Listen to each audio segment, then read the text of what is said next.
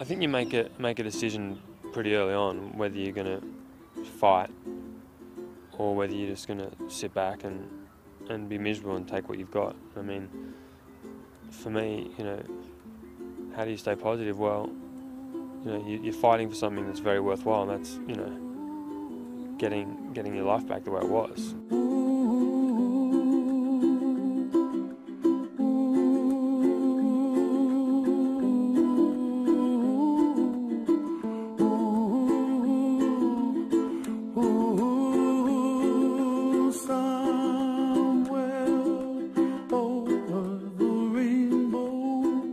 I'd gone for a run in the morning, and that afternoon I was heading out to a little island on the Zambezi River to catch the sought after tiger fish. And I was waiting effectively for dinner that night, really quite dehydrated. Anyway, I remember just putting my head down and feeling a little bit faint, and the next thing I passed out and woke up on the sand with no feeling from my neck down, really. It was just total darkness, but literally I wasn't in any pain, but I knew that literally there was just this darkness from my neck down, and straight away I knew I'd had a spinal or a neck injury. I was just really scared to go to sleep or close my eyes, because I was actually worried that I just wouldn't wake up again, to be honest. I was in a total state of shock. The guys around me obviously didn't really know what to do. We were in such a remote location that getting a helicopter in or some paramedics in to land on this island was impossible.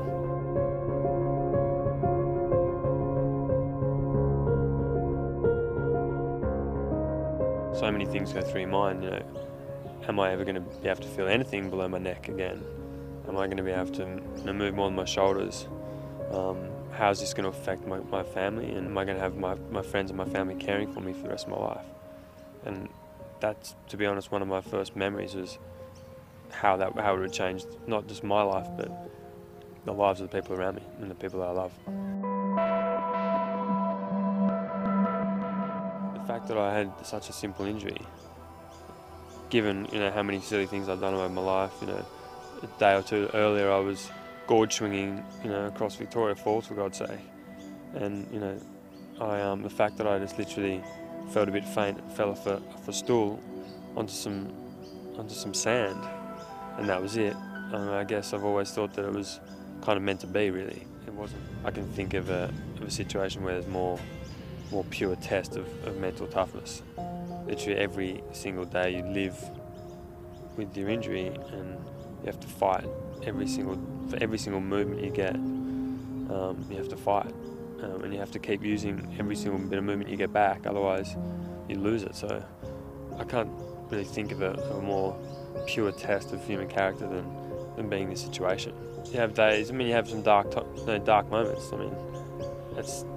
That's life. You have some times where you sit there and think, like it's surreal. You sit there and you're like, almost sort of with a right smile on your face, like, how the hell did I get myself in this situation?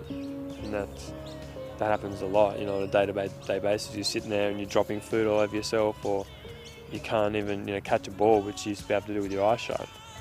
You sit there and you think, what, where have we got? How did we get here? Why are we here? But, that's the challenge. Like, how you respond to that is the challenge.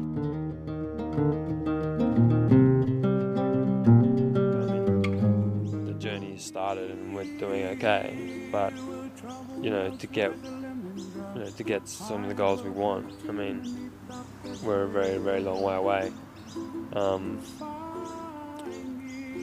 To rebuild a body, or as I like to rebuild a masterpiece, takes a bit of time, unfortunately.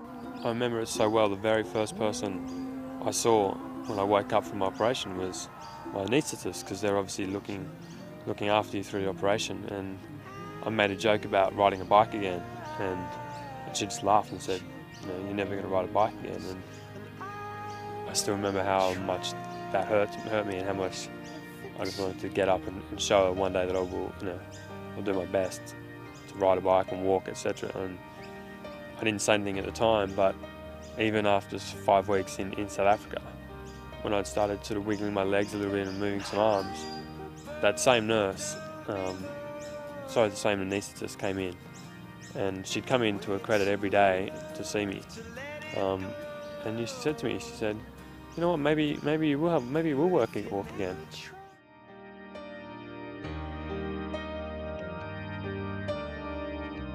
And now I've been home for just over 3 months. At that time, I really look back at some of the milestones, which at the time were massive, but in the grand scheme of things have just been stepping stones, really. So the first time I moved my fingers, for instance, first time I could hold a pen, brush my teeth, start thinking about feeding myself again, and then the bigger ones, like first time I got to move back in my legs and being able to take my own weight, my body. And the first steps when the week that I left Muro. And now really the big focus and what it has always been is about walking. To say that we've managed to transition the walking into a forearm support frame, and only literally 2 weeks ago I managed to walk unassisted in the frame, which is one of the most amazing feelings I've had so far, just being independent in that frame under your own stride.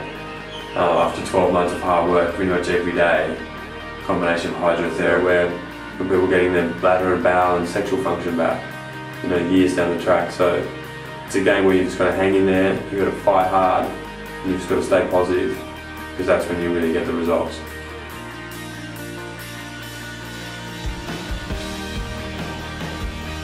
The decision is, where do we go next? We've been in the public system here, and the overall resource and dedication in Australia to spinal cord injury and rehab is relatively limited. When you compare Australia to somewhere like America, for instance, we've got about 20 to 30,000 people in chairs compared to almost 500,000 in the US. So we're really looking at some international options where there's people who look after spinal cord and focus on spinal cord rehab and every single day. So these are some big decisions which we're going to have to make in the next couple of months as the service here tails off, and we want to really progress to the big goal we're all really working for. Look, it's been a hell of a journey.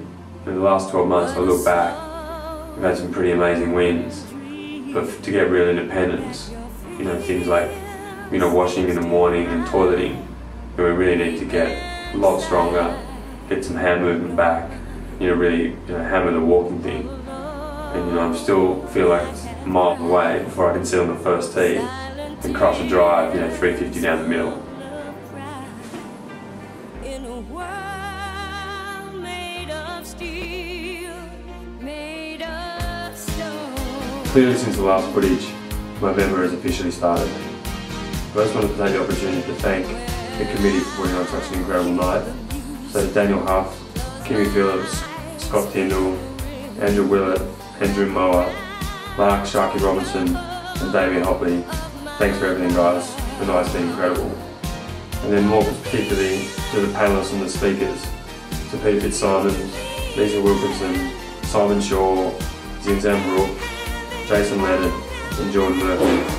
Thank you so much for your incredible support. Really, tonight couldn't have happened without you. I hope I can come and have a beer with you guys sometime soon. And then to everybody else, as I said, I'd really love to be there tonight, so thank you for your continued support and have a sensational night.